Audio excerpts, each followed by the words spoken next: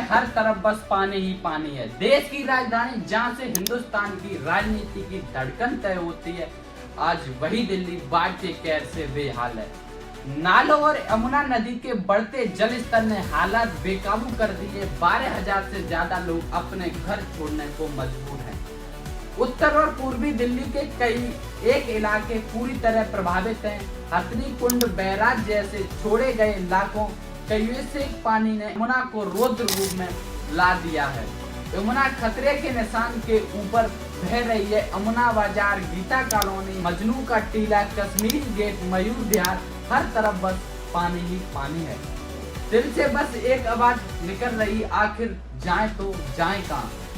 NH 44 की सड़कें तक धंस चुकी हैं। इधर CM दफ्तर तक पानी पहुंच चुका है। पुराना लोहा पुल बेहली बंद कर दिया गया था और अब वजीराबाद पुल को भी बंद कर दिया गया है। कई इलाकों में सड़कों का नॉमिनेशन मिट चुका है। निगम बोध घाट पर अंतिम संस्कार तक रोक दिए गए। यमुना खादर और मयूर विहार जैसी 38 जगहों पर राहत शिविर बनाए गए। कुछ राहत शिविर में भी पानी घुस चुका है। सवाल यह है कि रेखा गुप्ता सरकार ने बाढ़ से निपटने के कौन कौन से इंतजाम किए? क्या यमुना सब कुछ तबाह कर देगी? कौन कौन से इलाकों में सबसे ज्यादा पानी घुसा है? आगे मौसम विभाग ने कैसी चेतावनी दी है? दिल्ली ही नहीं, पंजाब, हरियाणा और बिहार में कहां जल पिले और कितनी बर्बादी, इसके साथ ही हम बात करते हैं दिल्ली में यमुना की बाढ़ की जिम्मेदारी आखिर किसकी है? कैसे थमेगी हर साल की तबाही? नमस्ते, मैं हिमकास्ट टॉक शो हिमांशु यादव, आप देख रहे हैं। मैं आपके साथ हिमांशु यादव।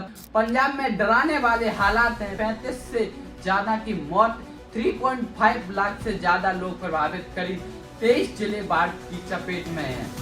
1600 से ज्यादा गांव उजड़ गए हैं और इसी बीच राजधानी दिल्ली में बाढ़ के खतरे के सायरन बज रहे हैं। पहले मौसम की मिजाज की बात करते हैं। भारी बारिश की चेतावनी देते हुए येलो अलर्ट जारी कर दिया गया है। नवंबर को भी तूफान के साथ झमाझम बारिश की संभावना है। बाढ़ के बीचों बीच जैसे किसी ने जख्म पर नमक रगड़ दिया हो। आम लोगों की जिंदगी पूरी तरह से उजड़ने को है। पंजाब, हरियाणा, हिमाचल प्रदेश और जम्मू कश्मीर में भी भारी बारिश ने तबाही मचाई है। पंजाब और हिमाचल आपदाग्रस्त घोषित कर दिए गए हैं। बात दिल्ली की करते हैं। बाढ़ के खतरे के साथ बारिश का कहर भी दिल्ली वालों को होगा। इससे पहले कि आपको बताएं रेखा गुप्ता सरकार ने यमुना में बाढ़ और तैयारियों को लेकर क्या क्या दिल्ली में कैसे हालात है, इस पर बात करते हैं। बाढ़ का पानी दिल्ली सचिवालय के पास पहुंच चुका है, जहां पर मुख्यमंत्री, कैबिनेट मंत्री और प्रमुख नौकरशाहों के कार्यालय भी है। इसके अलावा मोनेस्ट्री मार्केट में सड़क पर 1 फीट तक पानी भर गया। मयूर विहार फेज 1 के पास बाढ़ प्रभावित लोगों के लिए बने राहत शिविरों में यमुना के पानी घुस गया है। दिल्ली में यमुना का जल स्तर बढ़ने से यमुना बैंक मेट्रो स्टेशन तक पानी पहुंच चुका है। DMRC यात्रियों के लिए एडवाइजरी जारी की है कि स्टेशन तक जाने वाले रास्ते जलमग्न हो चुके हैं, इसलिए अपनी यात्रा की योजना वैकल्पिक मार्गों से बनाएं। स्टेशन खुला है, इंटरचेंज की सुविधा उपलब्ध रहेगी। इधर दिल्ली में लगातार यमुना का जल स्तर बढ़ता जा रहा है।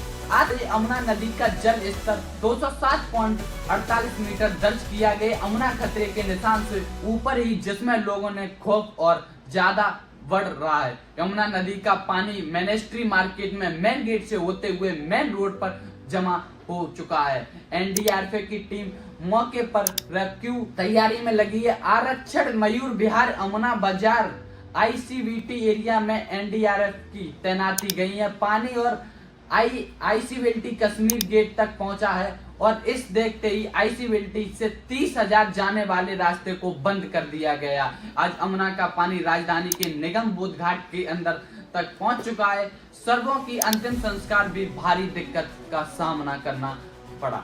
हिमकास्ट टॉक्स के एक रिपोर्ट के मुताबिक करीब 12,000 लोगों को अपने घरों को छोड़ विस्थापित होना पड़ा। बात अब दिल्ली में बाढ़ लाने वाले बेराजों की करते हैं। केंद्रीय बाढ़ नियंत्रण कक्ष के एक अधिकारी ने बताया कि जल स्तर बढ़ने का मुख्य कारण वजीराबाद है।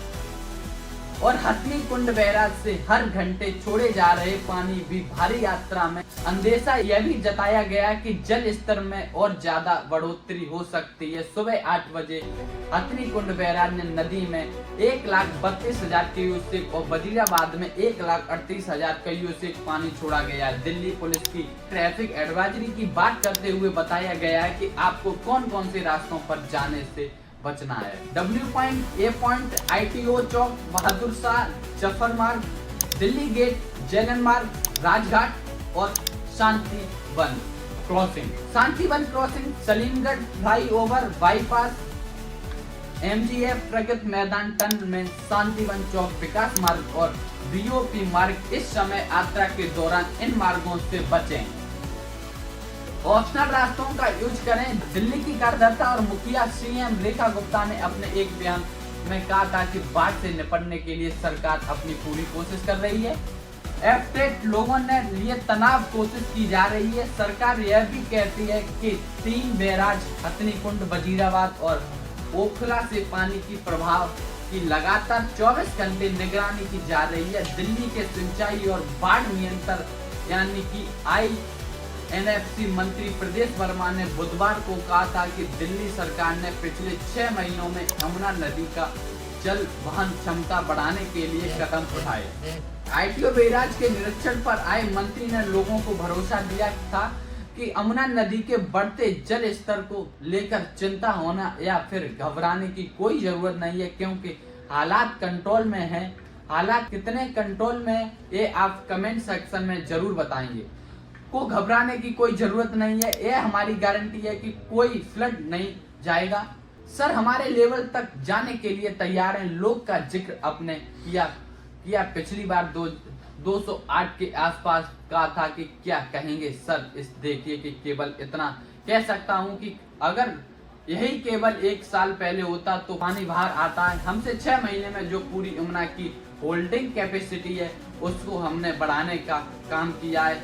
किसी को घबराने की जरूरत नहीं है, सब लोग एकदम सुरक्षित हैं। दिल्ली में यमुना की बाढ़ वैसे तो हर साल तबाही मचाती है। 2025 में जल स्तर की बात करें तो 207.48 मीटर पहुंच चुका है। 10,000 प्लस लोग बेघर हो। पिछले 10 साल में 4-5 से बार गंभीर बाढ़ आई है। फ्लड प्लान और कॉलोनी बनाई गई है, काज जमा हो गई है। हथनी कुंड से पानी छोड़ना पड़ा। जिम्मेदारी दिल्ली, हरियाणा, केंद्र सरकार की। ये कह सकते हैं कि बाढ़ की जिम्मेदारी बहुस्तरीय है।